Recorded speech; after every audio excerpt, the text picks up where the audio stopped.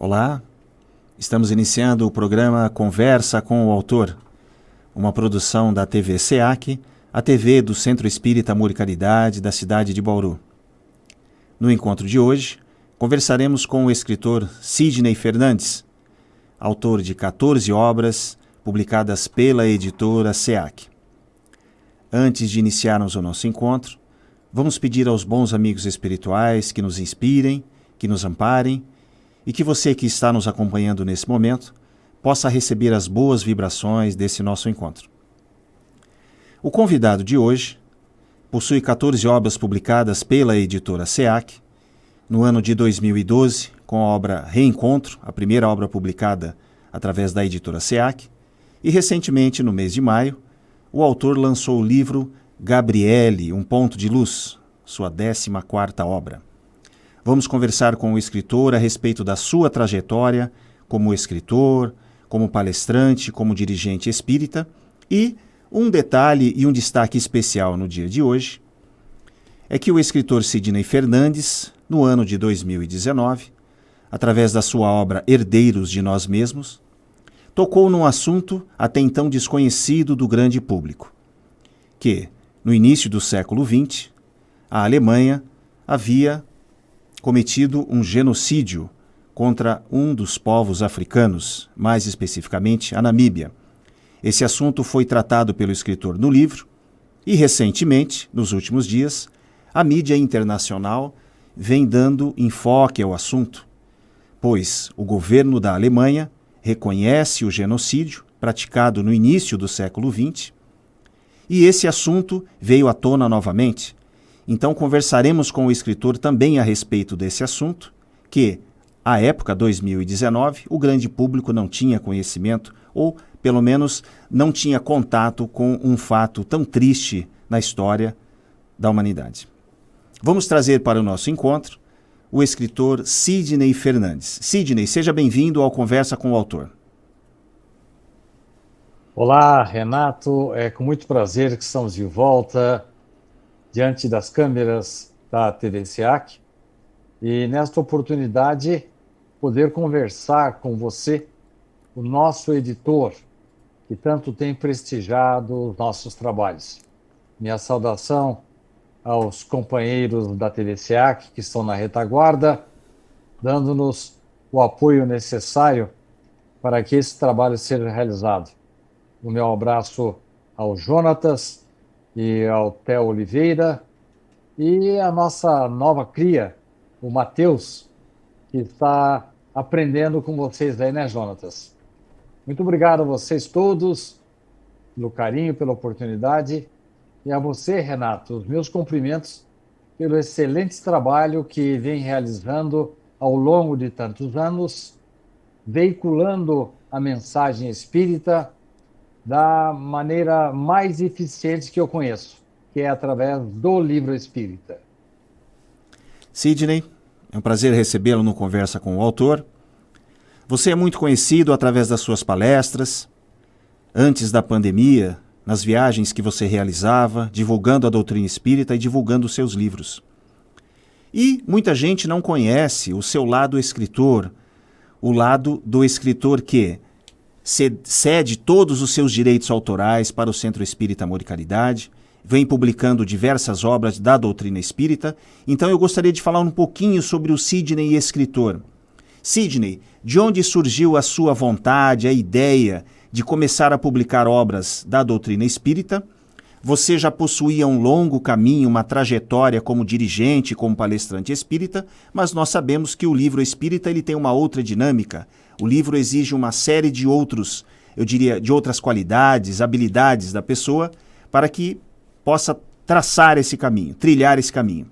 Nos fale um pouco da sua inspiração, o porquê, de onde veio a vontade, Sidney, de começar o caminho na trilha como escritor espírita?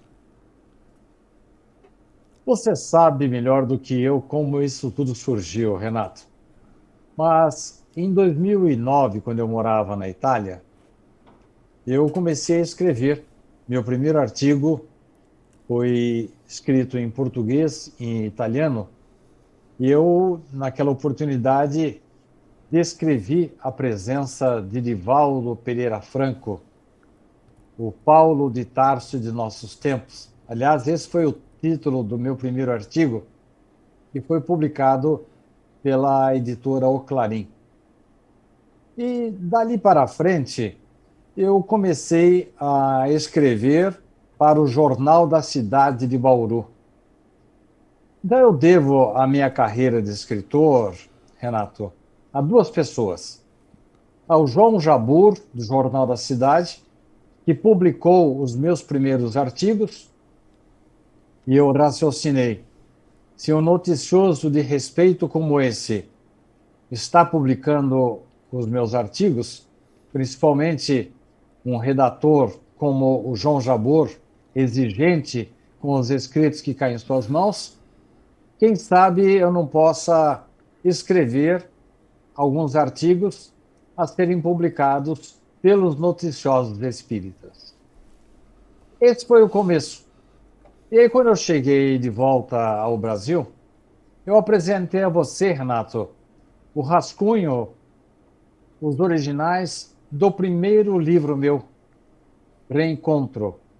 Aliás, cujo título foi escolhido pelo próprio Richard Simonetti. E você, Renato, é o segundo ponto dessa conversão, dessa convergência de estímulos que eu recebi para me tornar escritor. Então, de um lado, a imprensa leiga, através de João Jabur, do Jornal da Cidade, e você, Renato, que prestigiou os meus escritos desde o primeiro momento. Então, eu devo a vocês dois esse impulso para que, a partir de 2012, começássemos essa trajetória que vem obtendo o apoio seu, Renato, e da editora SEAC, e, com certeza, a casa que me acolheu, o Centro Espírita Amor e Caridade de Bauru. Sidney, no início da sua carreira como escritor, você fez algumas publicações inicialmente de livros que no movimento espírita chamamos de dissertativos. Livros que, sob a ótica da doutrina espírita, fala sobre assuntos do nosso cotidiano, assuntos do dia a dia. Mas no ano de 2015, você publicou o seu primeiro romance, o Dr. Galton.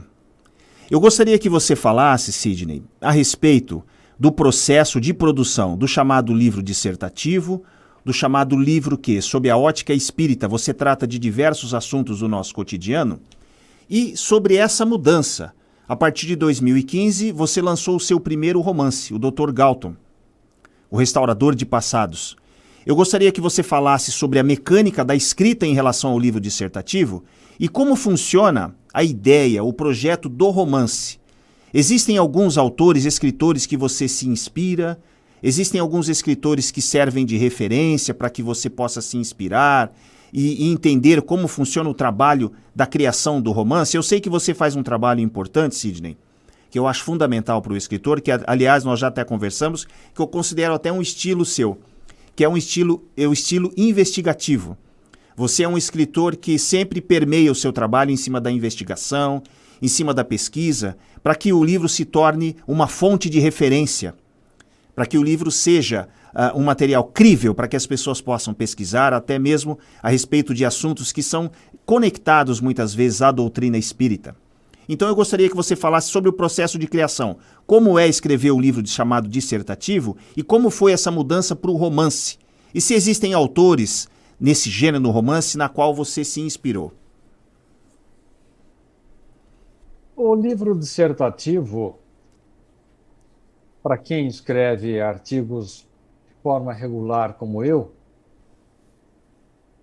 torna-se assim, vamos dizer assim, é até normal, mecânico, em que você escolhe os seus melhores escritos e reúne-os por temas e, a partir dali, desenvolve um sumário que acaba abrangendo os seus melhores trabalhos dissertativos. Foi assim mesmo que nós começamos, inicialmente com o reencontro, e daí uma palestra minha que fez muito sucesso, chamada Caminho da Felicidade, nós começamos a desenvolver alguns trabalhos em torno desse tema, a felicidade. E graças a você, Renato, nós tivemos uma trilogia. O primeiro foi Ser Feliz é uma Arte. O título surgiu de você. Aliás, eu tinha uma ideia e você me convenceu de que esse título seria melhor. Em seguida, o livro Ser Feliz é uma Decisão. E para completar a trilogia, também há um título da sua cabeça, A Felicidade Tem Pressa. Daí nós compusemos a trilogia dissertativa, a Trilogia da Felicidade. Depois escrevemos realmente alguns livros específicos, como Em Sintonia com o Amor, em que nós desenvolvemos um trabalho em torno do Sermão da Montanha. O Amor Puro e Verdadeiro é um livro específico que trata do amor mais puro, o amor materno. E daí realmente começamos a trabalhar, Renato, sob a sua orientação, para a temática do romance. Dr. Galton surgiu no momento em que a terapia das vidas passadas, a TVP, estava atraindo a atenção das pessoas. E eu abordei esse tema de uma maneira bastante equilibrada, ouvindo vários autores, principalmente quando Richard Simonetti estava encarnado, para que as pessoas não considerassem a TVP como uma varinha mágica capaz de solucionar todos os problemas, que a regressão da memória, a terapia, que passou a ser utilizada não apenas pelos espíritas, mas por psicoterapeutas que encontraram nas vidas passadas a solução para os traumas da vida atual. A nossa ideia era realmente escrever apenas um romance, Dr. Galton, Restaurador de Passados. Mas você está lembrado, Renato, que esse livro fez muito sucesso. Nós começamos com uma edição bastante limitada e eu tenho a impressão, não sei quais são os números atuais, eu acho que já chegamos à casa dos 15 mil exemplares. Ele deve estar já na 4ª ou 5ª edição. Daí você mesmo falou, mas tem que vir um segundo Galton. Então surgiu realmente o segundo Galton, que não falaria mais do passado, mas ele citaria o futuro. Dr. Galton, o construtor de futuros, saiu no ano passado, em 2020. E ainda sob a sua inspiração, e agora também vamos acrescentar o Theo, que gostou muito desses 2 livros do Dr. Galton, nós estamos agora numa fase, estamos trabalhando em cima do terceiro Galton, que vai sair a lume no ano de 2022. O romance é muito agradável de se escrever. Você tem uma narrativa e você tem razão. Em torno da narrativa eu faço muitas pesquisas. Eu sei que nós vamos falar especificamente daqui a pouco sobre Gabriele, mas quando eu falo de Gabriele, um personagem maravilhoso, um ponto de luz, nós aproveitamos para pesquisar o trabalho extraordinário realizado por Canuto Abreu, que nos trouxe os bastidores do lançamento do Livro dos Espíritos, situações que eram desconhecidas por mim e eu notei que pela maioria dos espíritas. Canuto Abreu foi um verdadeiro repórter, trazendo situações por trás das cortinas da codificação. E Gabriele é fruto desse trabalho. Galton também contou com a nossa pesquisa em torno da terapia das vidas passadas. O segundo Galton contou principalmente com os subsídios fornecidos pela Revista Espírita de Allan Kardec. E daí surgiu a ideia, Renato, de que nós criássemos a Trilogia das Luzes. Aí nós tivemos o Luzes em Paris, que trata do século XIX, um romance que tem a coparticipação do codificador Allan Kardec. Depois tivemos Sob a Luz que Liberta, e depois tivemos também Luzes no Brasil, que compõe, portanto, a Trilogia das Luzes.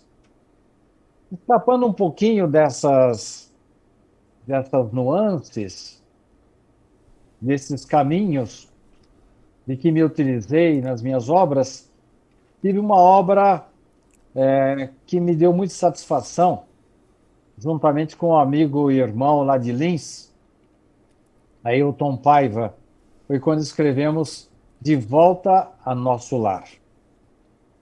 E já que você me falou de livros dissertativos, Renato, eu tenho a impressão, não sei, às vezes o autor se engana, mas parece-me que você já está compactuando com a minha ideia, eu gostaria até de ouvir a sua opinião. Eu tenho a impressão de que eu vou atingir o ápice do estilo dissertativo com o meu próximo livro, que, se tudo correr bem, será lançado por vocês em novembro, com um livro de perguntas e respostas. Por que o Espiritismo responde? Não sei se você compactua da minha impressão, Renato, a respeito dessa obra dissertativa. Nós já conversamos bastante a respeito do livro espírita, não é, Sidney? E incluindo aí também o livro dissertativo, porque você colocou que a sua próxima obra poderá ser a obra mais importante, ou a obra com a maior abrangência, né, de assuntos, né? Mas você sabe, e todos que acompanham a produção literária, que na verdade o livro ele é um processo quase que infinito. Que todo o autor, e acredito que você também, a gente possa incluir nesse rol, assim que o livro fica pronto, o autor sempre pensa, poxa vida, essa parte aqui eu poderia melhorar um pouquinho, talvez se eu falasse dessa forma, talvez se eu falasse de outra. Então, de certo modo, o livro é um processo infinito. E, na verdade, o livro ele registra uma época, um período em que você, como escritor, registrou aquelas ideias, aquele pensamento. Então, eu creio que, consequentemente, a obra mais recente sempre será a mais completa, faz parte de um processo, né, de um ciclo, e aí tenho certeza que virão outras. E eu gostaria agora de destacar uma coisa, Sidney. Emmanuel, através de uma pergunta feita por Francisco Cândido Xavier, Chico Xavier, Chico perguntou a ele por onde andam ou por onde andavam, né, aqueles que, juntamente com Kardec, participaram do processo inicial, do marco inicial da doutrina espírita, no ano de 1857, com a publicação do Livro dos Espíritos, e também até um pouco antes e um pouco depois. E Emmanuel disse que em torno de 15 a 20 milhões de espíritos estariam reencarnando no Brasil, já no final do século XIX. E a sua obra Luzes em Paris, eu sei que é uma obra que você fez algumas pesquisas em loco, você viajou até a França e conheceu alguns ambientes a qual Kardec frequentava, onde Kardec trabalhava. Então a gente sempre percebe essa relação do Brasil com a França.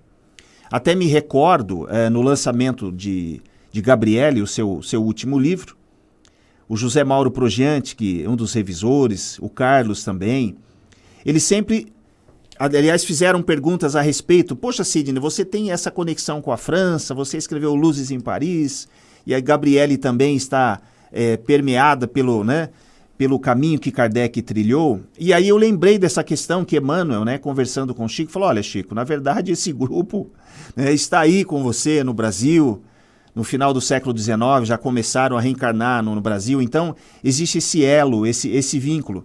E eu gostaria que você falasse a respeito disso, Sidney, porque no livro Luzes em Paris, você fez um trabalho muito interessante, que é o chamado choque, né, o choque psíquico ou choque emocional. Ou seja, você escreveu a respeito de Kardec, colocou Kardec como um personagem de um romance, o que é muito difícil de fazer, sem ultrapassar barreiras, né? Ou seja, você conseguiu preservar a figura de Kardec com toda a sua seriedade, todo o seu trabalho, colocou o Kardec como um personagem no romance, mas você viajou até a França, esteve nos locais onde Kardec, inclusive, escreveu. Como foi a experiência do Luzes em Paris, nesse aspecto todo que envolve nós, brasileiros, alguns de nós talvez, né? E você como escritor, talvez é bem provável, estivesse presente naquele círculo, né? Naquele momento da codificação da doutrina espírita. Nos fale sobre esse livro em especial, Sidney. Olha, Renato, você está sendo cruel comigo, hein? Porque ao tratar desse assunto, você me atinge o ponto fraco.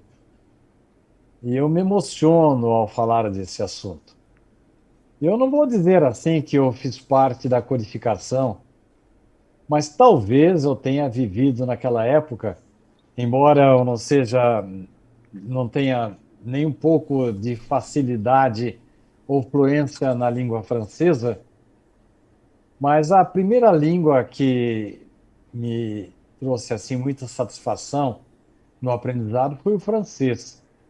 E você tem razão, nos caminhos, nas passagens que eu fiz lá em vários locais por onde Kardec passou, isso me trouxe assim muita inspiração, muita emoção, talvez seja a palavra correta, que acabaram por me impulsionar a escrever sobre a França do século XIX. E essa lembrança sua foi bem providencial. Realmente, no comecinho do livro Luzes no Brasil, eu faço uma citação dizendo que quando Kardec estava sendo entrevistado pelo professor Herculano Pires e lhe foi perguntado onde é que estavam aqueles baluartes que estavam dando o apoio logístico para Allan Kardec na época da codificação.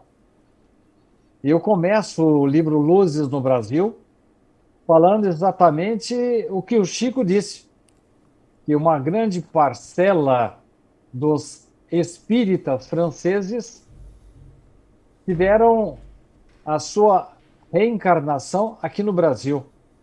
É o pontapé inicial do meu livro Luzes no Brasil, é com base num grupo que já estava aqui trabalhando e eles vieram da França, lá do século XIX. Agora, você me pergunta por que essa tendência? Eu não sei responder, porque eu não fui nenhum rei, não fui nenhum político de expressão, nenhum escritor de expressão daquela época. Talvez eu tenha observado de longe, né, a codificação, e deve ter sido alguma coisa desse tipo, porque eu me emociono só de você tocar no assunto do Luzes em Paris, eu me emociono. E você vê que eu volto ao assunto como se fosse o criminoso que volta ao local do crime. Eu voltei a tratar do século XIX, especificamente do ano 1857. Luzes em Paris fala de 1860, Gabriele fala de 1857. E eu me senti muito bem, me senti em casa, escrevendo mais uma vez sobre a França dessa época. Então deve ter realmente alguma reminiscência aí. Agora, Renato, eu seria muito injusto, muito presunçoso se eu não admitisse que tanto nas temáticas dos meus livros, como nas pesquisas que eu realizo, eu não desse o crédito para os irmãos da espiritualidade. Às vezes, uma ideia me bate para começar um livro e o elemento fundamental para que essa ideia vá adiante é de que começa a jorrar no meu computador, na minha cabeça e cai nas minhas mãos coisas relacionadas com aquele tema que eu cogitei em escrever. E foi isso que aconteceu também com o Herdeiros de Nós Mesmos, que vai ser objeto aí da nossa conversa de hoje. Eu tenho que dar o crédito para os irmãos do plano espiritual que jamais me faltam. Às vezes, no bom sentido, eles me incomodam pela madrugada e eu tenho que me levantar e escrever alguma coisa para não perder o fio da meada, como diria meu pai, e registrar as ideias que logo pela manhã eu passo a limpo e depois ela se encaixa na obra que eu estou escrevendo naquele momento. Então, isso é feito desta forma, como diria o Richard Simonetti, com muita, em vez de psicografia, muita suorografia, isto é, muito trabalho de pesquisa, mas o encaminhamento das ideias, ainda hoje de manhã estava escrevendo um novo capítulo do próximo Galton que eu pretendo que saia. Espero que Deus me dê saúde e vida até lá. Eu estava caminhando eu tinha feito uma pesquisa enorme, tinha muitos textos em mãos, mas de repente o capítulo ele convergiu para uma linha de pensamento na qual eu não havia pensado, sinceramente falando.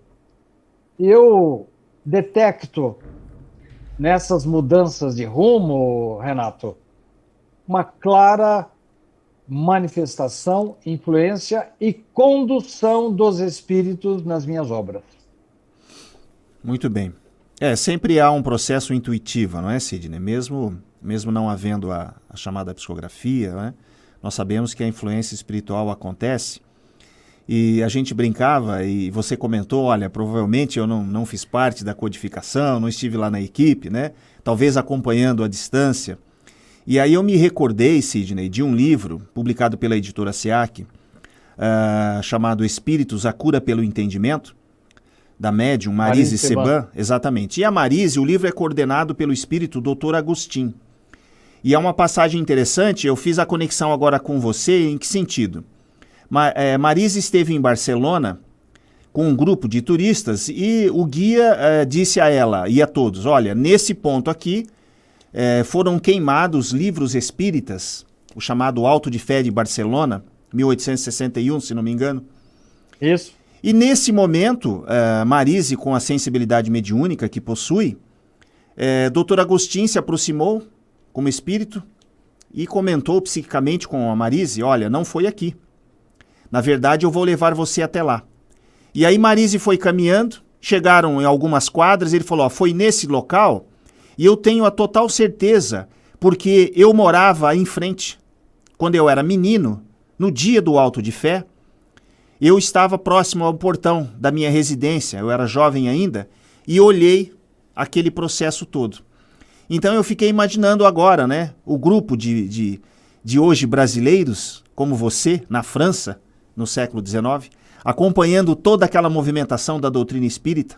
Por que não, não é? Assim como o Dr. Agostinho acompanhou o Auto de Fé, e o livro O Espíritos, a Cura pelo Entendimento, coordenado pelo Dr. Agostinho. Então, ou seja, na verdade, são personagens vivos, né, da história. E, Sidney, agora vamos falar sobre o mais recente lançamento seu, que é o Gabriele. Você sabe, Renato, pois desculpe não. interrompê-lo. Não, é claro. Você sabe qual foi a data do Auto de Fé de Barcelona? Eu creio que foi em outubro de 1861, foi isso? Perfeito, dia 9 de outubro. 9 de Você outubro, está com né? uma boa memória. E tem o computador à disposição aqui, é muito fácil para mim. Mas E a sua cabeça está muito boa. é que o E livro. eu, É. Pois não, pode falar. e eu me sinto assim, bastante emocionado, não sei se a palavra certa é essa, por quanto quando eu começo a trabalhar em cima de algumas coisas, parece que eu estou vivendo aquele momento.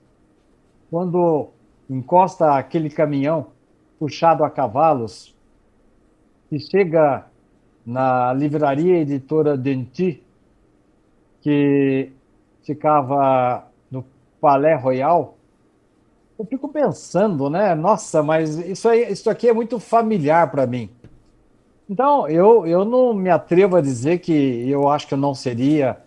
Talvez, Richard Simonetti, sim, fosse um elemento de expressão da codificação.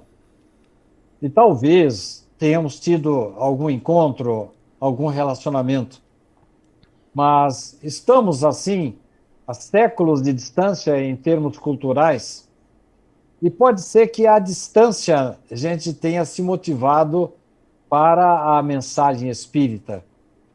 Mas eu me sinto assim bastante sensibilizado, como aconteceu aí nesse fato descrito por você, no dia 9 de outubro de 1861, em que Agostinho estava na janela vendo ali de camarote aquele fato que depois trouxe uma repercussão mundial, a ponto de se chamar a atenção para esse auto de fé lá da Espanha, para a mensagem iniciante do Espiritismo. Sidney, você falou a respeito de uma passagem que está contida em seu livro Gabriele, Um Ponto de Luz. Gostaria que você falasse um pouco sobre essa última obra, mais recente, né? Como você está sentindo a repercussão? Como foi para você ter lançado o Gabriele? Olha, eu não tinha assim muitas pretensões em relação a Gabriele. Ela surgiu para mim como uma candidata a grande médium, e esse enredo ele foi surgindo gradativamente. Na verdade, a minha intenção inicial, quando escrevi Gabriele, era era percorrer os caminhos traçados por Max. Max é um pseudônimo do Dr. Adolfo Bezerra de Menezes. E ele teve uma experiência extraordinária com o filho dele, que não tinha nenhuma mácula, não tinha nenhuma doença. E mesmo assim, vou usar a terminologia dele, não a terminologia politicamente correta de hoje. Bezerra diz que ele foi para a loucura, sem que houvesse qualquer resquício de doença em seu cérebro. E foi o que aconteceu com ele. Ele precisou valer-se do processo das reuniões de desobsessão para poder restituir ao filho um pouco de qualidade de vida. Mesmo assim, ficaram sequelas do processo obsessivo que o impediram de voltar a dar aulas em uma universidade. Este processo de Bezerra de Menezes me chamou muita atenção, e eu comecei a construir o personagem de Antoine. E em volta do personagem Antoine, eu fui buscar as causas da loucura ou da alienação mental de Antoine. E daí os personagens foram gradativamente aparecendo. E como diz um famoso escritor italiano, quando você constrói o perfil de cada um dos seus personagens, praticamente eles ganham vida e com isso eles começam a caminhar sozinhos e se movimentam como se fossem peças de um tabuleiro de xadrez. Eles adquirem vida própria. Eu diria, Renato, que em Gabriele, depois que nós começamos a falar dessa alienação mental do personagem Antoine, nós passamos a encontrar vida própria em cada um dos personagens, incluindo a personagem principal, que é Gabriele, uma criatura que foi contratada por Antoine. Aliás, ela foi ganha no jogo quando o pai dela, um homem viciado na bebida e no jogo, a perde num carteado. E a partir dali surgiram outros personagens, e aí nós caminhamos, eles moravam nas imediações da França, encontramos ali material farto. E aí nós vamos trabalhar com aqueles que foram os iniciantes da doutrina espírita, e aí nós vamos palmilhar os caminhos de Hermance do Faux, da família Baudin. Então, nós encontramos ali um conteúdo muito rico, muito fértil para desenvolver as ideias de Gabriele. E nós podemos ir mais além, porquanto com os bastidores que nos foram trazidos por Canuto Abreu, nós pudemos chegar a personagens reais. E nós permitimos que alguns personagens reais pudessem conviver com personagens fictícios. Então, nós tivemos aí a Ruth Jafé, Hermance do Faux, o Émile Chardes, que é pai da Caroline Joly, que ajudaram Kardec no primeiro livro dos Espíritos, a esposa de Émile Charles Baudin, Clementine. Então, nós encontramos, assim, muitos personagens reais, como, por exemplo, a Madame Dentu, Edouard Dentu, que foram os que tiveram coragem de lançar o primeiro livro dos Espíritos. O trabalho realizado, e aí não tem nem um pouco de ficção, pelo repórter Guy Challard, que trabalhava no Courrier de Paris, e ele foi o primeiro a receber a obra que passou pela guilhotina lá da livraria Dentu. Ele recebeu a primeira obra que ela tinha acabado de chegar. Então você vê, Renato, que um personagem chama o outro, e com isso nós pudemos compor esse enredo maravilhoso que Gabriele depois me trouxe muita gratidão. Então, na verdade, Renato, nós temos aí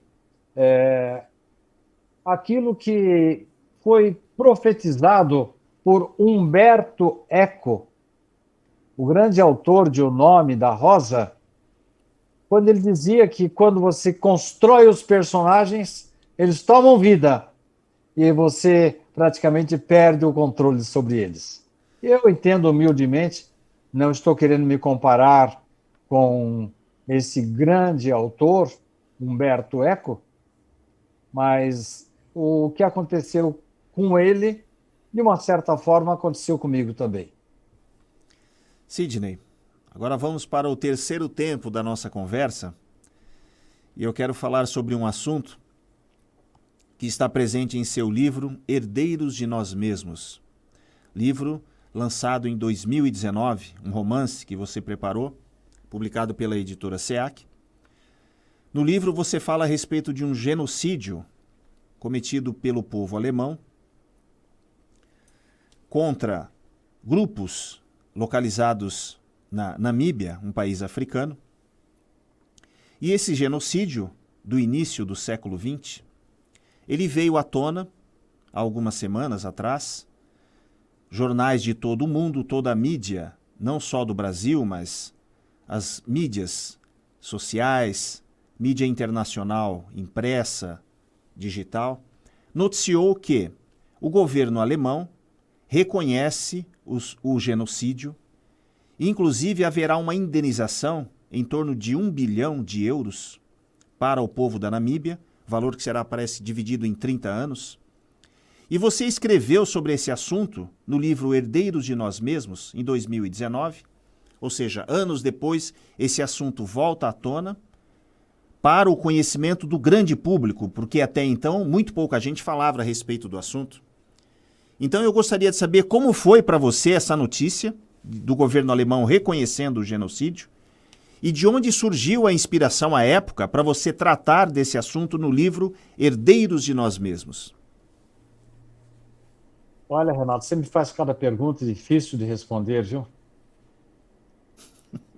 Na verdade, eu estava lendo um artigo sobre o Holocausto e me chamou a atenção o articulista dizendo que poucas pessoas sabiam quantos holocaustos haviam acontecido no planeta Terra. E com isso, as pessoas se imaginavam que poucas coisas, poucas barbaridades haviam ocorrido nessa linha de pensamentos ligadas ao Holocausto dos judeus. E chamou a atenção para um holocausto ocorrido, para minha surpresa, no começo do século XX, por volta de 1904. E olha só, nós não estamos nem na época da Primeira Guerra Mundial. E as barbaridades que foram cometidas com duas tribos que mais tarde iriam compor o estado da Namíbia. As tribos a que se referia eram as dos Hererós e dos Namaquas. Me chamou a atenção e eu fui perceber que essas duas tribos foram quase que dizimadas nessa época. E, na verdade, dizimadas pelo povo alemão. E ninguém sabia disso. E o articulista nos fala que, assim com uma certa ironia, que os alemães estavam treinando em cima daquelas duas tribos para o grande holocausto que aconteceria depois com milhões de judeus. Aí eu fui pesquisar realmente, e no começo do livro nós falamos até de ventos que passaram a tirar um pouco das areias. Eis que, quando se fala em holocausto, como eu já falei, nós nos recordamos dos milhões de judeus. Mas houve muitos outros holocaustos. Em 1885, por exemplo, o Congo se tornou uma propriedade pessoal do rei Leopoldo II. Então, a Bélgica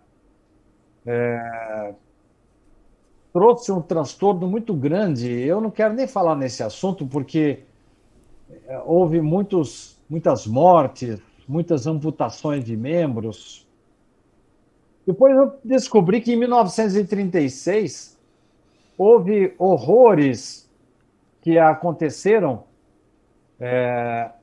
junto das populações de Nanquim e Manila, nas décadas de 30 e 40. Crimes monstruosos. Na verdade, tudo isso para chegarmos ao século XX, quando o genocídio perpetrado contra nativos africanos das tribos dos Hererós e Namaquas, onde hoje se localiza a Namíbia, aconteceu durante a chamada partilha da África pelos povos europeus. Até hoje nós não sabemos o número exato de vítimas, mas calcula-se que por volta de 100 mil pessoas foram torturadas, envenenadas e mortas, com a dizimação da quase totalidade dos donos das terras daquela região africana. E esse aniquilamento teria se perdido na noite dos tempos, não fossem os ventos que assolaram a ilha de Shark, um dos primeiros campos de concentração para onde foram levados os nativos e onde morreram de inanição, trabalhos forçados, doenças ou simplesmente foram executados. Quem chegava a Shark Island, a Ilha dos Tubarões, não saía de lá vivo. Hoje essa ilha Shark é um local turístico. Mas, de repente, os ventos começaram a soprar para longe as areias e apareceu no local uma enorme quantidade de ossadas, revelando ser aquele local palco de mortes horrendas.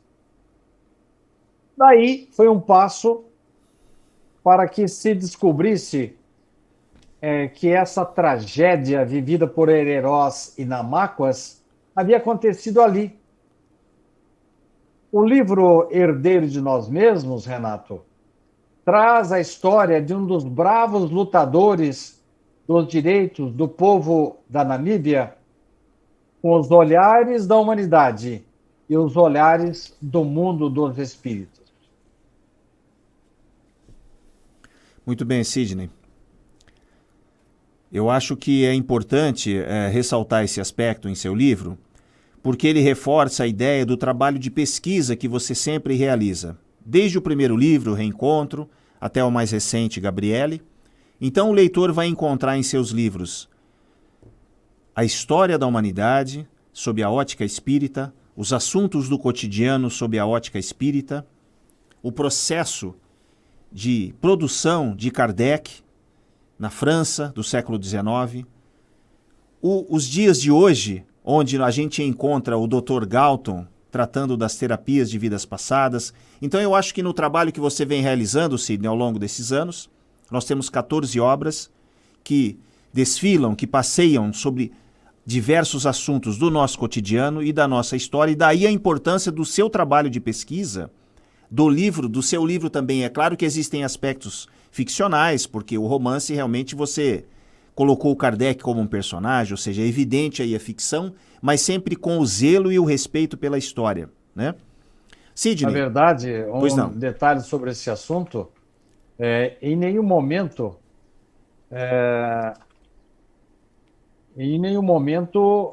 Kardec deixou de ser Kardec. Tudo que foi dito pela boca de Kardec, ele falou realmente. E aquilo que nós encontramos ali expressa a palavra dele ou na Revista Espírita, ou ou no livro A Gênese. E, na verdade, são coisas que Kardec falou mesmo, eu não inventei nada. E eu guardo esse respeito, inclusive, na capa que você deve estar vendo no fundo, um dos personagens do meu livro, na vida real, é esta foto que você está vendo. Eu também não inventei nada. Então, se há uma coisa em relação... Eu tenho uma certa facilidade, eu volto a dar o crédito para os espíritos, de misturar personagens fictícios, mas que, na verdade, eles existiram e eu não posso dar o nome exato deles, sob pena de, talvez, trazer algum desconforto para os familiares ainda vivos desse personagem, não tem que trocar de nome, tem que modificar, mas eu misturo com personagens reais, como aconteceu, por exemplo, nesse livro Herdeiros de Nós Mesmos, onde nós encontramos, sim, vários personagens reais. E eu faço questão de lá na frente, no finalzinho do livro, eu cito que esses personagens realmente existiram e depois do desdobramento reencarnatório deles, sim, aí é da minha autoria. Mas na sua origem, eles existiram e se comportaram da forma como eu descrevi no livro. Não foi invenção minha, não. Então, as barbaridades desse holocausto da Namíbia, elas são trazidas com as tintas da sua época e tintas retiradas de fatos reais. Eu não dramatizei nada, não. Sidney, nós estamos chegando ao final do nosso encontro, mas antes eu gostaria que você falasse um pouco a respeito do seu trabalho ao longo desses anos como escritor, a respeito da sua expectativa para o trabalho que vem à frente, o seu trabalho continua, e gostaria que você deixasse uma mensagem para todos os que acompanham, para todos os que leem os seus livros, para todos que acompanham o movimento espírita, essa doutrina de Kardec. Gostaria que você deixasse aí algumas palavrinhas. Bom, Renato, em primeiro lugar, o meu agradecimento a você que continua acreditando no meu trabalho. Gabriele já é um sucesso. E nós estamos estendendo agora, Gabriele, com a aquiescência da direção da editora SEAC para os deficientes visuais. Brevemente sairá uma edição em braille que será acompanhada de audiolivros. Brevemente, Jonatas, que está aí na retaguarda, a ideia foi dele, nós teremos a partir do ano que vem, 2022, uma plataforma especial só para trazer todos os audiolivros da minha autoria. Isso aí vai disponibilizar, vai permitir que as pessoas possam ter a possibilidade de ouvir as minhas obras através da rádio da TV SEAC. Então, você percebe, Renato, que você é o culpado de tudo isso. Você me deu um empurrão para que eu me tornasse um escritor, e agora com o ator de obras, e se tudo der certo, se vocês da editora concordarem, editaremos o 15º livro em novembro. Aí já um livro não tão leve quanto o Gabriele, mas uma obra que vai ser dissertativa na base de perguntas e respostas. E você sabe que sucesso que fez o Livro dos Espíritos. Eu não estou inovando, né? Estou seguindo, vamos dizer assim, esse ritmo do mestre Allan Kardec. É claro que é a distância. Mas eu quero agradecer a você, Renato, a toda a nossa equipe da Rádio TV SEAC, a todos os artistas, Milton Pulga, e que colaboram e prestigiam o meu trabalho, e o pessoal aí da livraria que impulsiona e espalha meus livros por aí. E eu espero, sinceramente, que Deus me dê um pouco mais de tempo de encarnação nesta vida, para que a gente possa continuar trazendo algumas mensagens que espero sirvam de reflexão, tanto para mim como para as pessoas que prestigiam o nosso trabalho de literatura. Renato, muito obrigado pela oportunidade. Meu abraço a você, meus cumprimentos por essa iniciativa, e eu continuo à sua disposição. Sidney, nós que agradecemos pelo seu trabalho ao longo dos anos, divulgando a doutrina espírita, mantendo a divulgação acesa, através do trabalho literário, através das palestras. Nós é que agradecemos e esperamos que venham outras obras para que o trabalho continue, o trabalho de divulgação da doutrina espírita. Lembramos a todos que as obras do escritor Sidney Fernandes podem ser encontradas no site da editora SEAC, que é o editoraseac.com.br. Podem ser encontradas também aqui na livraria do SEAC. Agradecemos a presença do escritor Sidney Fernandes. Agradecemos ao Jonathan Santos no comando da parte técnica e a você que nos acompanha. Até a próxima.